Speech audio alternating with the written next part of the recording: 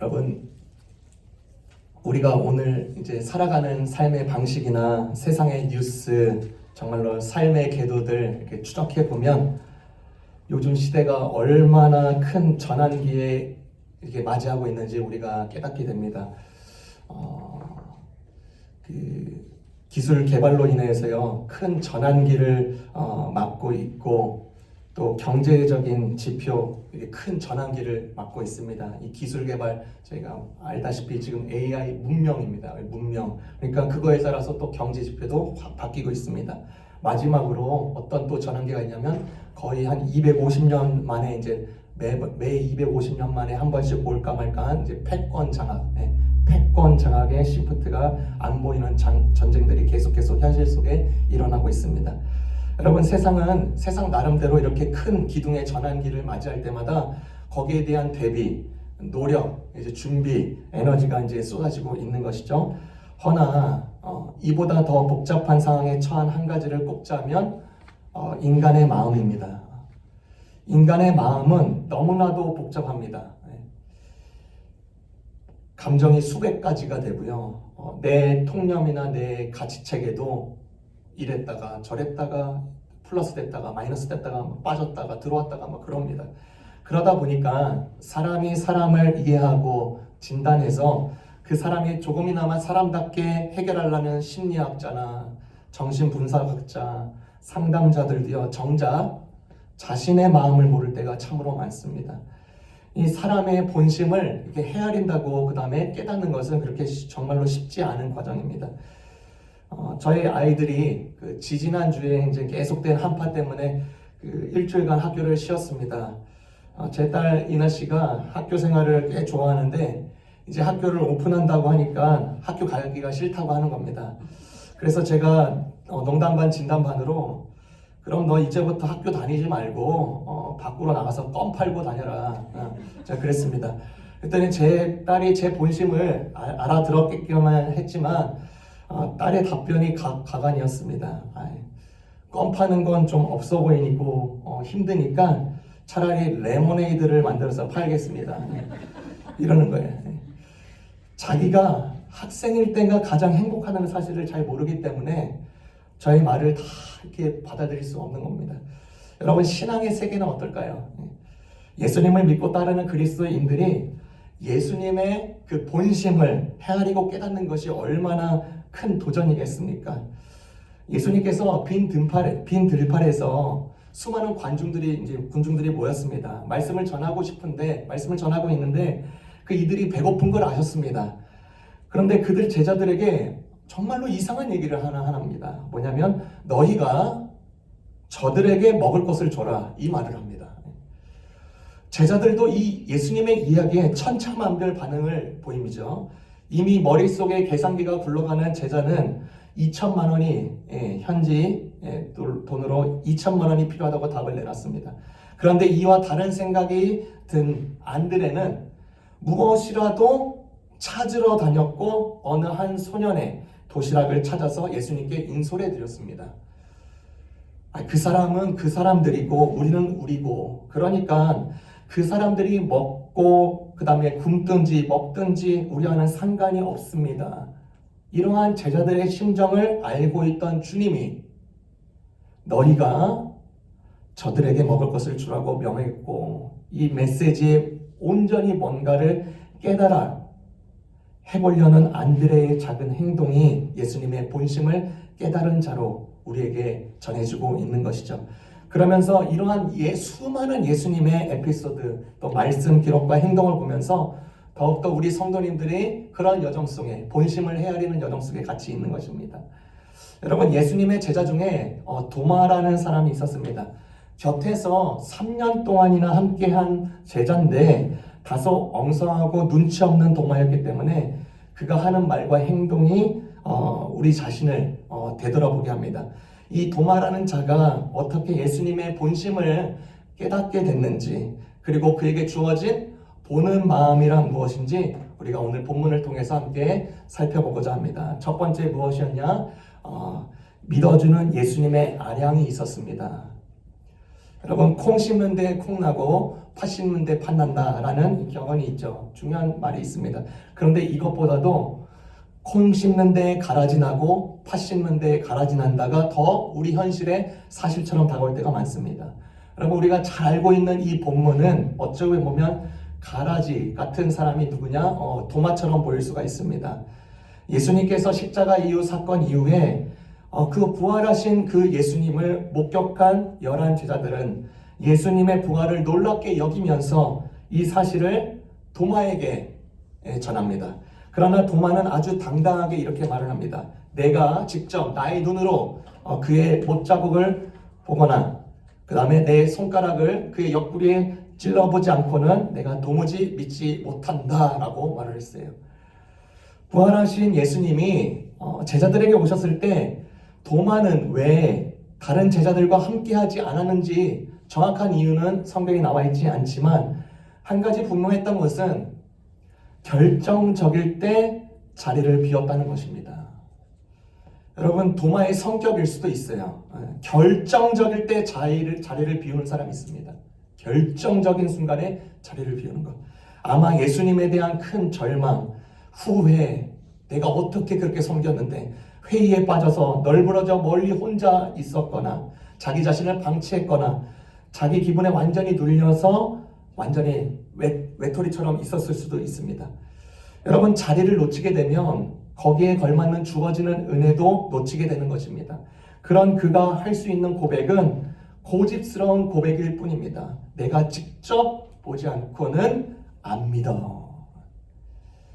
여러분, 사실 이 도마의 고백을 보면 아주 못된 고백이 아니라 이해가 됩니다. 왜냐하면 도마를 포함해서 모든 제자들은요, 예수님이 십자가에 돌아가셨을 때 도망갔고 부활의 소식을 들어서 그것을 참으로 믿었던 사람은 예수님이 부활하실 것이라고 했던 그 사실을 단 한 명도 믿지 않았습니다. 제자들은.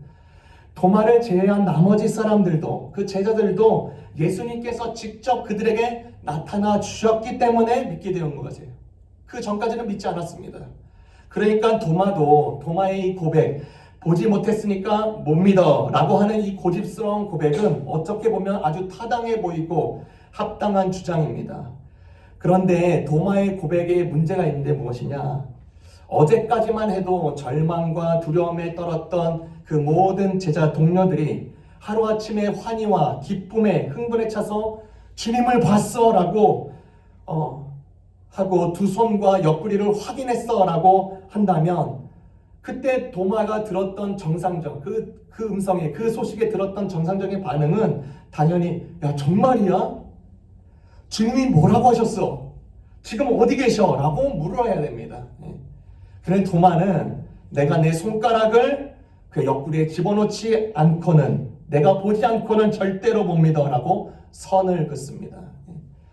제자들과 같은 공동체였지만 소외감과 시기심에서 비롯된 고집스러운 거부를 드러내는 것이죠. 하지만 놀라운 반전이 있습니다. 예수님은 도마가 의심하면서 내뱉은 모든 말을 다 듣고 계셨습니다. 8일 후에 다시 제자들에게 나타나신 예수님은 도마에게 똑같은 말씀을 하십니다. 도마야, 너의 손가락을 이리 내밀어 내 손을 보고 너의 손을 내밀어 내 옆구리에 넣어보라. 여러분, 예수님은요 8일 전에 고집스럽고 아주 강하게 삐져있는 그 도마의 말을 그대로 허락해 주십니다. 주님은 우리의 말을 다 듣고 계신다는 거예요. 이것은 우리에게 큰 위로가 됩니다. 예수님은요, 도마가 예수님을 믿는 마음의 크기보다도 도마를 받아주시는, 그리고 도마를 믿어주시는 마음이 마치 큰 어머니처럼 그를 대해주시는 것이죠. 도마가 8일 전에 했던 그 말을 예수님께서 그대로 받아서 자기가 원하는 대로 이루어질 것이라고 거의 그 도마 자신도 예상을 못했을 것입니다. 여러분, 그 장면을 한번 여러분 머릿속에 지금 한번 생각해 보세요. 지금 영화로 한번 필름을 만들어 본다고 생각해 보세요. 현실주의자 도마가요, 단호한 그런 요구를 한 뒤에 주일 모임에 왔다고 한번 생각을 해보세요. 그것을 한번 그려보세요. 그 자리에 예수님이 나타나십니다. 그리고 평화의 인사를 나눈 예수님은 주변을 이렇게 돌아보시더니 도마에게 시선을 고정하십니다. 그리고는 말씀하시죠. 안녕 도마, 여기서 만나니까 반갑다. 이제 말씀하시는 듯해요. 도마가 이제 마른 침을 꿀꺽 삼키는 거죠. 그 예수님은 또 말을 이어갑니다. 아 도마야, 지난주에 네 손과 네 손으로 내 옆구리를 만져봐야 했다고 말한 것을 들은 것 같구나. 잠시 정적이 흐릅니다. 그리고 예수님은 말씀하십니다. 자, 이리 와서 너의 손가락을 가져오렴. 이때쯤 도마는 이사야의 6장에 나왔듯이 거의 망하게 된 상태가 되지 않았나 싶습니다. 완전히 뻥친. 예수님은 또 세기를 박으시죠. 자, 여기 너의 손가락을 넣어봐. 그리고 너의 손을 내 옆구리에 만져봐. 여러분, 그때 당시에 도만의 그 깊숙한 내면에서 얼마나 큰 소용돌이가 몰아쳤을지 여러분 상상이 되십니까? 여러분, 사람은 누군가의 본심을 헷갈려하고 이해하지 못하고 의심하는데 예수님은 그런 자를 보면서 먼저 받아주십니다. 믿어주는 넓은 아량 때문에 도마를 먼저 품어주시는 거예요. 야, 예수님께서 도마를 그런 글을 8일 뒤에 그렇게 보면서 야, 네가 그래도 내 제자인데 네가 어떻게 그런 말을 할 수가 있느냐라고 나무라지 않으셨습니다. 예수님은 품어주셨어요. 네. 여러분, 믿어준다는 거는 이건 정말 어려운 겁니다. 네. 의심하는 거는요 쉬워요. 네. 근데 믿어주는 건 정말로 많은 에너지가 듭니다. 여러분, 제가 짧은 인생을 살면서 저희 부모님께 참으로 감사한 것이 무엇이냐면 저에게 늘 공부해라, 예수 잘 믿어야 된다, 너 목사 되어야 된다 라고 강요하거나 잔소리를 하신 적이 한 번도 없습니다. 너무 바쁘니까 거의 방목하듯이 자랐는데, 솔직히 말하자면 그게 저를 사랑하지 않은 게 아니라 지나고 보니까 저를 향한 믿어줌이 있었다는 게 깨달아지는 거예요. 믿어줌이 있었다. 여러분, 결혼도 마찬가지입니다. 결혼이 어려운 이유는 상대방이 때문에가 아니라 나 자신 때문에 그런 경우가 많습니다. 내가 불안하고 나도 나를 못 믿을 때 누군가 나를 끝까지 믿어주는 그 순간에 아, 이 사람과 결혼해도 되겠구나, 이런 확신이 들게 되는 것입니다. 반면에 끊임없이 전화기 확인하고 자동차에 위치 추적기 달고 도청하고 의심하는 그런 언어와 사고를 가진 사람에는요 관계가 유지될 수가 없는 것이면 믿어주는 아량이 얼마나 중요하고 소중한 건지 모릅니다. 예수님은 허물투성이고 고집스럽고 의심의 꼬리를 물고 있는 그런 도마는 또 우리와 같은 자들에게 찾아와 주셔서 품어주시고 풀어주시는 것입니다. 이때부터 도마는 또 다른 예수님을 발견하게 되는 거예요. 그리고 그의 마음이 참으로 이제 그냥 이 피지컬의 눈으로 보는 게 아니라 이제 마음의 눈으로 보는 그 발전까지 나아가게 되는 것이죠. 두 번째, 멍청하고 느리고 당돌해 보이는 끊임없는 믿음의 행진도 필요하다는 것입니다. 멍청하고 느리고 당돌해 보이는 끊임없는 믿음 행진도 필요하다. 여러분, 사복음서를 보면 마태, 마가, 누가, 요한을 보면 도마는 소위 분위기 파악하지 못하는 멍청이처럼 보일 때가 많습니다. 일례로 예수님께서 나사로 형제를 살리러 가실 때 예수님이 그곳에 가면 목숨이 위험을 당할 거라 생각하면서 우리도 죽으러 가자라고 말을 합니다. 찬물을 끼얹는 발언을 해요. 정말로 죽으러 가는 현장이 아닌데 우리도 죽으러 가자, 이런 말을 합니다. 그리고 예수님이 이제 부활 이후에 하늘로 승천하시기 전에 길을 예비하고 이제 처소를 예비한다라고 가실 때 도마는요, 주님, 우리는 그 길 모릅니다라고 바보처럼 질문하는 인물이었습니다. 하지만 이러한 도마의 멍청해 보이는 이러한 당돌함이 사실은 신앙의 생장점이 되는 것입니다. 모두가 아는 척할 때 혼자 모른다고 말하는 용기, 모두가 은혜 받았다고 할 때 나는 아직 안 믿어져 라고 버티는 정직함도 귀하다는 것입니다. 대나무가요, 마디를 지으면서 자라듯이 신앙도 이런 치열한 의심과 고민과 질문의 마디를 거쳐야 굳건해지는 것입니다. 사실 이렇게 도마의 눈치 없는 질문, 눈치 없는 발언, 또 멍청해 보이는 질문 덕분에 우리는 예수님께서 직접 말씀하신 내가 곧 길이요 진리요 생명이다라는 그 위대한 계시를 우리가 그 도마의 어리숙한 질문을 통해서도 우리가 또 다시 한번 누릴 수 있게 되는 것입니다. 도마는 다른 제자들의 차이를 두고 고집스러운 고백을 했습니다. 우리 역시 이렇게 실존적인 신앙, 그러니까 지금 내가 당장 뜨거워야 되고 내가 체험해야 되고 하는 조급함에 매몰되기가 쉽습니다. 하지만 신앙은 역사주의적 관점이 너무나도 필요합니다. 역사주의적. 내가 지금 의심스럽고 내가 지금 침체되어 있어도 하나님이 이끄시는 이 구원의 배는 결코 후진하지 않는다라는 이 절대 확신이 너무나도 필요한 것입니다. 여러분, 예를 들어서요, 고된 광야 생활을 했던 이스라엘 백성들이 수르 광야에서 쓴물이 있는 그 마라에 도착합니다. 물이 너무 필요한데 쓴물밖에 없는 거예요. 소금물이겠죠. 의심했습니다. 우리 어떻게 살라고요? 그러나 하나님은 그곳에서 그 마라의 쓴물을 단물로 바꾸셔서 제공해 주십니다. 또 그들이 그것에 끝날 뿐만 아니라 신광야에 머무를 때는요, 이제 목마름이 해결되었는데 이제 배고픔의 문제가 생겼습니다. 배고픔이 그들의 현실적인 고통이 되었습니다. 의심하고 침체에 빠집니다. 다시 이집트에 돌아가야 되는 거 아니야, 세상의 길로 다시 돌아가야 되는 거 아니야 라고 빠집니다. 그러나 하나님은 그들을 나무라지 않으시고 하늘의 양식 만나로 먹거리를 제공해 주십니다. 이스라엘 백성들이 이렇게 경험하였던 이런 역사주의적 카테고리가요, 이런 고리가 사실 우리에게도 그대로 적용되고 있는 것입니다. 여러분, 도마는 느렸어요. 남들보다 8일이나 늦게 믿음에 도달합니다. 하지만 그 느린 걸음이 결코 헛되지 않았습니다. 믿음의 행진은 속도전이 아니라 방향성입니다. 방향성.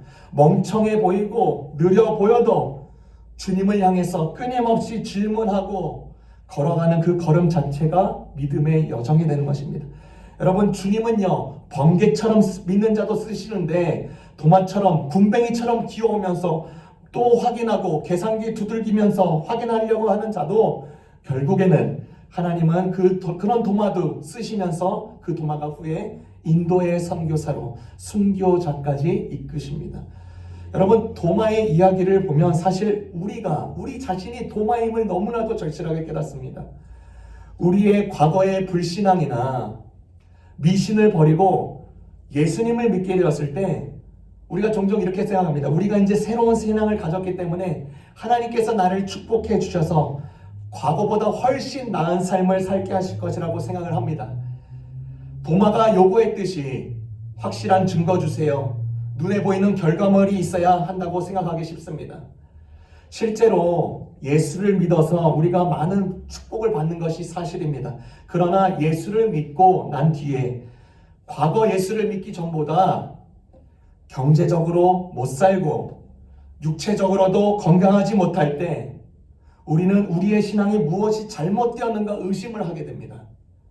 그러다가 만약 내가 만약에 예수를 믿지 않고 그대로 세상 사람들처럼 세상적으로 나갔다면 지금쯤 어떻게 되어 있을까 생각해 보기도 합니다. 그때 생각하면서 비교를 합니다. 그때 비교를 하는데 그때 비교를 누구랑 하냐면 자기 친구 중에 예수 믿지도 않는데 세상적으로 떵떵거리면서 성공한 사람들과 비교를 합니다.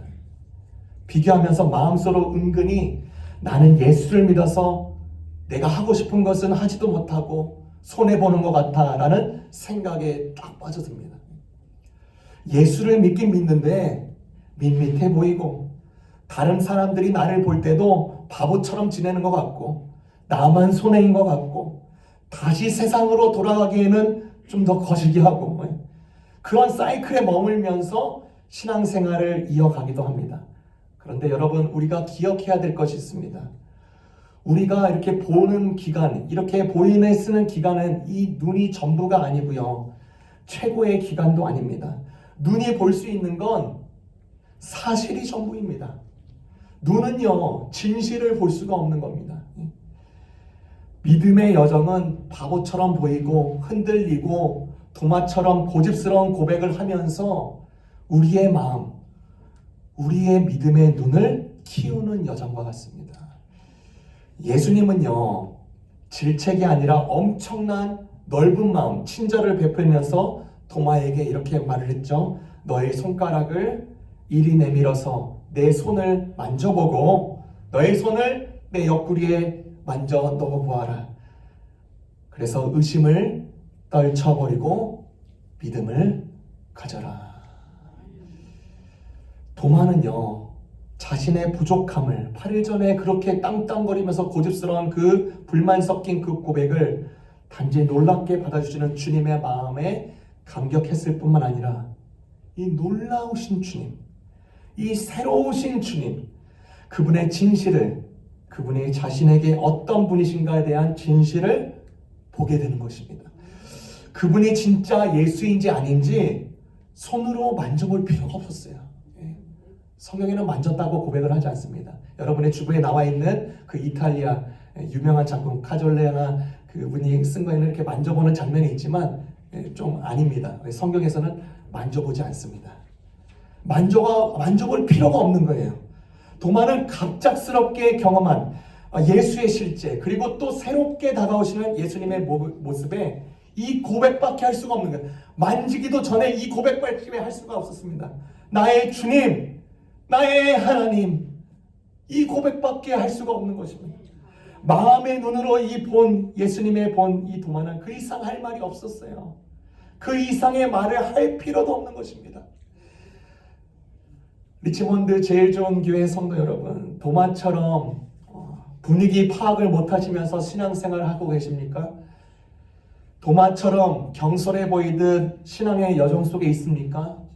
도마처럼 고집스러운 결과물을 요구하십니까? 괜찮습니다. 괜찮아요.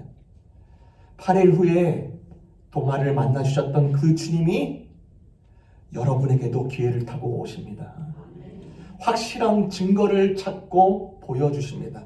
8일이 아니라 50일 혹은 100일, 3년이 걸리더라도 뒤돌아가지 마시고 반드시 찾아오시는 주님께서 여러분에게 그분을 보여주십니다. 그때 가장 위대한 기독론적인 고백 중 하나인 이 성경 구절, 도마의 고백을 우리도 똑같이 하게 될 것입니다.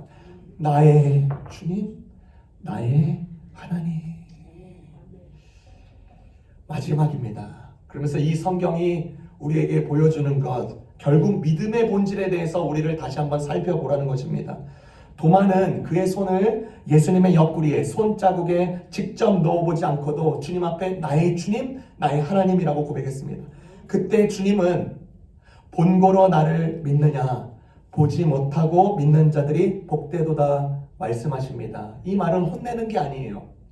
이 말은 이때 당시에 요한복음 이 성경 구절을 보는 독자들은요, 예수님이 있었을 때 당시에 40년, 50년 뒤에 이 성경 말씀을 보게 됩니다. 그러면 그때 당시에는요, 예수님을 직접 봤던 사람도 이제 겨우 남았거나 이제 거의 다 모두 다 돌아가신 상황입니다. 그러니까 보지 않고 믿어야 될 사람들이 더 많은 세대가 이제 일어나는 것입니다.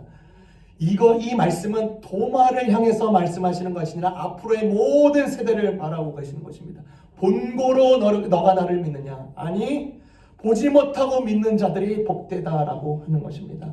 여러분, 안 보고 믿는 것이 무조건 좋다는 뜻이 아니라 여기서 주님이 말씀하시는 복은 만족하는 믿음입니다. 이게 무슨 뜻이냐면 모든 것을 내가 이해하지 못하고 모든 것을 내가 알지 못해도 주님을 믿기에 충분한 근거가 있다면, 충분한 자그마한 근거가 있다면 그것으로 만족하고 결단하는 믿음인 것입니다. 이걸 조금 더 이제 세부적으로 이렇게 생각하면 3단계로 나눌 수가 있어요. 뭐냐면 지식과 동의와 신뢰입니다. 여러분, 첫 번째 단계, 믿음은요, 들음에서 시작됩니다. 우리가 매주일 이렇게 예배 때마다 하나님의 말씀을 성경을 통해서 듣습니다. 하나님이라는 대상은 이런 계시적 정보가 없이 형성된 믿음은 미신이나 사이비로 빠질 가능성이 굉장히 농후합니다.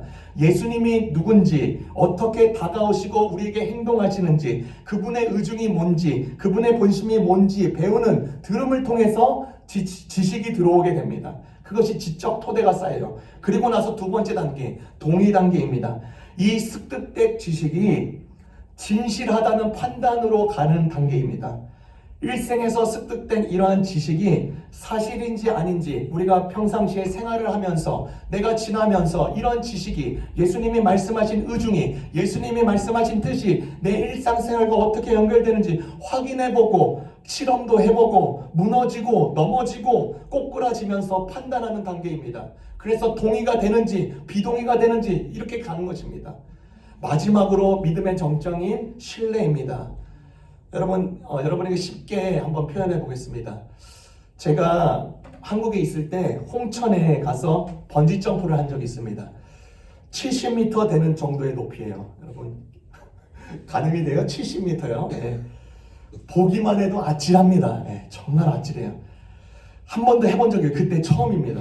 제가 번지 점프하는 사람들과 기계 자체를 보면서 이제 금방 파악이 되는 것입니다. 번지 점프대. 번지 점프대는 그냥 좀 높을 뿐이구나. 떨어지면 5초에서 7초 만에 이제 끝나는구나. 줄이 아주 튼튼하구나. 이런 걸 파악합니다. 그게 지식 단계예요. 지식 단계. 지식을 얻는 과정입니다. 그 지식이 나에게 들어왔어요. 그리고 나서 이제 번지 점프에 필요한 의상을 이제 갈아입습니다. 안전 의상을 입어요. 이제 벨트 달린 그런 의상을 입습니다. 이제 철창 엘리베이터에 타면서 거기서 설명을 들으면서 동의서를 씁니다. 동의서. 뭐예요?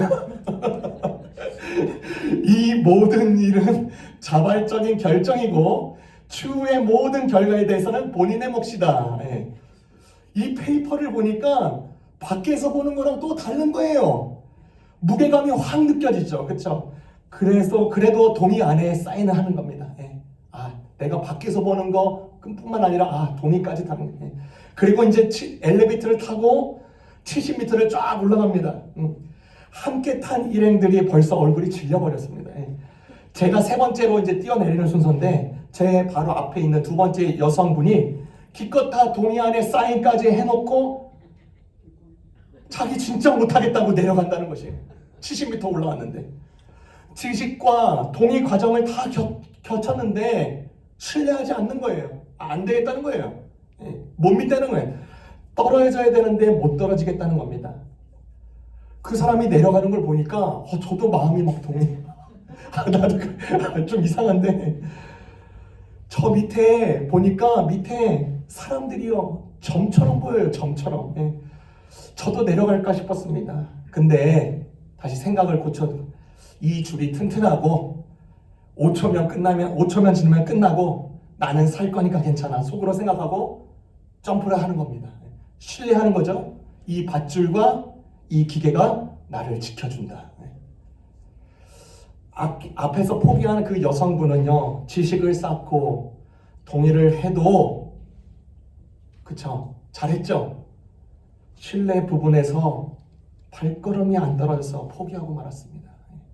정말 다 왔는데 신뢰에서 계속 확인하는 거예요. 신뢰 부분에서 또 확인하고 싶은 거예요. 또 계산합니다. 계속 의심합니다. 계속 확인하고 계속 계산기 두들겨요. 그 흐름에 깨지는 겁니다. 여러분 사람과도 관계가 마찬가지입니다. 신뢰의 관계를 매번 확인하려고 하면 그 순간 깨지는 겁니다. 부부 사이에도 끊임없이 확인하려고 하면요 의처증, 의부증에 걸리고 망가지게 되는 겁니다. 여러분 신앙생활을 오래 해도 맨날 확인만 하려고 하는 사람은요 믿음이 절대로 자라지 않습니다. 그런데 더 중요한 것이 있어요. 이것뿐만 아니라 또 중요한 게 뭐냐, 아무리 지식과 동의와 신뢰의 단계를 거치고 마쳤다 하더라도 그 대상이 누구냐에 따라서 그 믿음은 참된 믿음이냐 거짓 믿음이냐 또 갈립니다. 여러분 도마를 다시 찾아왔던 예수가 그 예수님이 아니라 그 당시 최고의 황제 도미티우스가 와서 야 너 보는 걸로 믿을래? 안 보고도 나 믿을래? 하고 예수님 저버리고 도미티우스 황제 따라가면요 생각해 보세요. 완전히 뒤집히는 겁니다. 본말이 완전히 뒤집히는 겁니다. 아무거나 믿는다고 다 믿음이 아닌 것입니다. 여러분, 며칠 전에 리치몬드 뉴스에서 이제 굉장히 많이 얼었잖아요. 저희가 며칠 동안에. 그 얼음이 굉장히 많이 얼었기 때문에 사람들이 그곳에서 좀 놀았습니다. 놀았는데, 그런데 굉장히 얼음인 줄 알았는데 한 부분이 금이 가면서 거기에 빠져서 이제 죽었습니다. 그 뉴스에 떴어요. 여러분, 얼음 낚시꾼이나 얼음에서 많이 놀아본 사람들이 얕은 얼음 위에서 모닥불 피면서 아 괜찮아 안 죽어라고 확신에 가득 차 있어도 얼음이 부실하거나 녹는 과정에 있으면요 빠져 죽는 겁니다. 주관적인 확신은요 믿음이 아닌 것입니다. 대상인, 그 우리의 믿음의 대상인 완전한 확실한 얼음의 두께, 완전히 얼려있는 이 얼음처럼 그렇게 사실이어야만 합니다. 예수를 믿는 우리는 전능하신 하나님, 그리고 나를 위하시고 사랑하시는 하나님, 이 굉장한 그 얼음, 단단한 반석을 두고 믿는 것입니다. 어려움이 처할 때는 또 다른 예비의 길을 펼쳐주시고 나의 믿음의 성숙을 예비하셨구나 하고 믿고 신뢰하는 것이 참된 믿음입니다. 여러분, 그래서 스펄전 목사님이 아주 중요한 얘기를 했죠. 열차 사고에서 극적으로 살아남는 것도 기적이지만 6일 동안 사고 없이 기차를 타고 출근하는 것도 하나님의 섭리고 기적이다. 여러분, 우리에게 특별한 체험이 없더라도요, 우리의 삶의 전체를 보시고 들으시고 인도하시는 하나님의 손길을 느끼시는 것이 가장 큰 복입니다. 그걸 우리의 마음으로 보는 것이 믿음의 여정입니다. 여러분, 우리의 예수님의 본심은요, 우리를 정죄하려고 하는 것이 아니라 우리를 믿어주시는 것입니다. 도마에 거친 그 의심조차 품어주신 그분의 사랑, 그 아량이 오늘 저와 여러분을 지탱하고 있습니다. 분위기 파악을 못해도, 느려도, 때론 고집스러워도 괜찮아요. 주님은 포기하지 않고 8일 후에 은혜를 예비하고 계십니다. 눈에 보이는 사실에만 일희일비하지 마시고 진실이신 우리의 영원한 믿음의 완전한 대상이신 예수 그리스도를 신뢰하며 나가십시다. 우리의 평범한 일상 속에 숨겨진 하나님의 기적을 발견하는 저와 여러분이 되길 바랍니다. 그때 우리도 도마와 같이 이렇게 고백할 것입니다. 나의 주님, 나의 하나님. 이 고백이 여러분의 평생의 고백이 되시기를 주님의 이름으로 축원합니다. 우리 다 같이 말씀